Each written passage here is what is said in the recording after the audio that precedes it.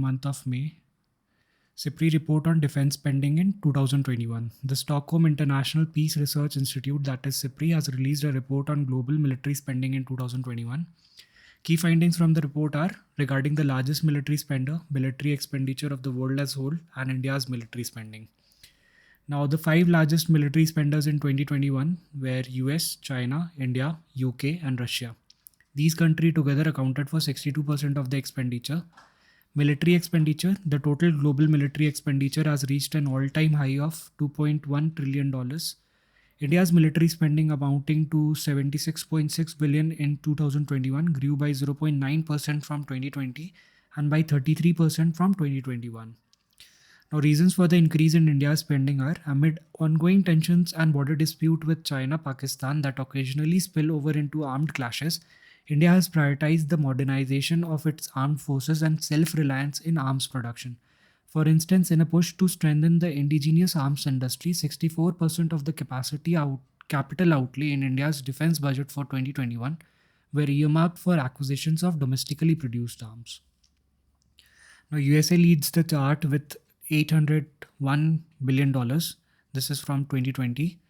China was second it was a distant second at $293 billion, and India came third at $76.6 billion. Now, moving on to resolution in the UN General Assembly for justification of veto in UN Security Council. Now, the UN General Assembly has adopted a resolution titled Standing Mandate for a General Assembly Debate when a veto is cast in the Security Council. Now, the resolution will require the five permanent members, which are USA, China, Russia, France, and UK of the UN Security Council, to justify their use of veto in future. It says that UN General Assembly will be convened within 10 working days after a veto to hold a debate on the situation as to which the veto was cast. The UN Assembly is not required to take or consider any action, but the discussion could put veto wielders on the spot and let other countries be heard. Now, significance of the resolution is the resolution is intended to make veto holders more accountable while exercising their power and make them pay a higher political price. It will also shed light on the use of veto and on blockages within the Security Council. Now, the resolution is non-binding and nothing prevents a country that has used its veto from declining to explain its action to the General Assembly. Many analysts feel that this resolution is directed against Russia. This is because the resolution came as the UN Security Council has proven incapable of condemning Russia's invasion of Ukraine because of Moscow's veto power. It is highly likely that countries could propose controversial text that they know their rivals will veto only to force them to justify their stance publicly and will divide the UN further. Moving on to Kuril Islands dispute between Japan and Russia. Japan has for the first time said that Russia has illegally occupied 4 islands near Kamchatka Peninsula. Japan calls them the Northern Territories while Russia calls them the Kuril Islands. Now, the South Kuril Islands comprises of Itorfu, Kunarshiri, and Shikotan Islands and Mai Island. The Kuril Islands are stretched from Japanese island of Hokkaido to the southern tip of Russia's Kamchatka Peninsula. The islands are claimed by Japan but occupied by Russia as a successor state of Soviet Union. Now, since 1991, there have been many attempts to resolve the dispute and sign a peace treaty. Both countries had agreed to have bilateral negotiations based on 1956 Japan-Soviet Joint Declaration. Russia was willing to give back 2 islands, that is Shikotan Island and Habomai Islands, but the offer was rejected by Japan as 2 islands constituted only 7% of the land in question.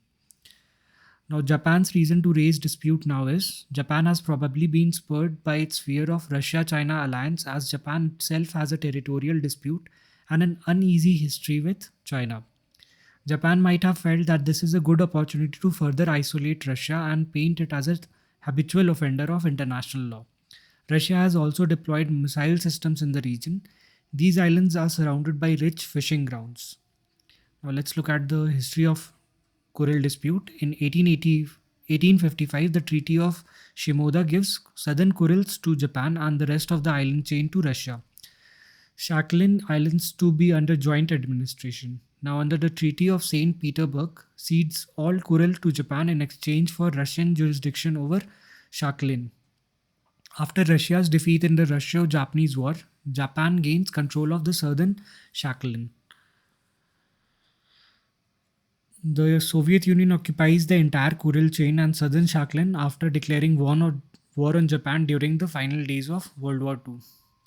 Now, Japan renounced claims to Kuril in the Treaty of San Francisco, signed between Japan and Allied powers. The Soviet Union did not sign, and Japan later claims that the four southern islands are not part of the Kuril chain. So, this is the history, and moving on to the map, here is Hokkaido Islands, and this is the Kamchatka Peninsula of Russia, and these are the Kuril Islands. At the southernmost tip, we have the Kunashir. At just above it is Itorup, and Hamobi Islands is just adjacent to Shikotan Islands. Now,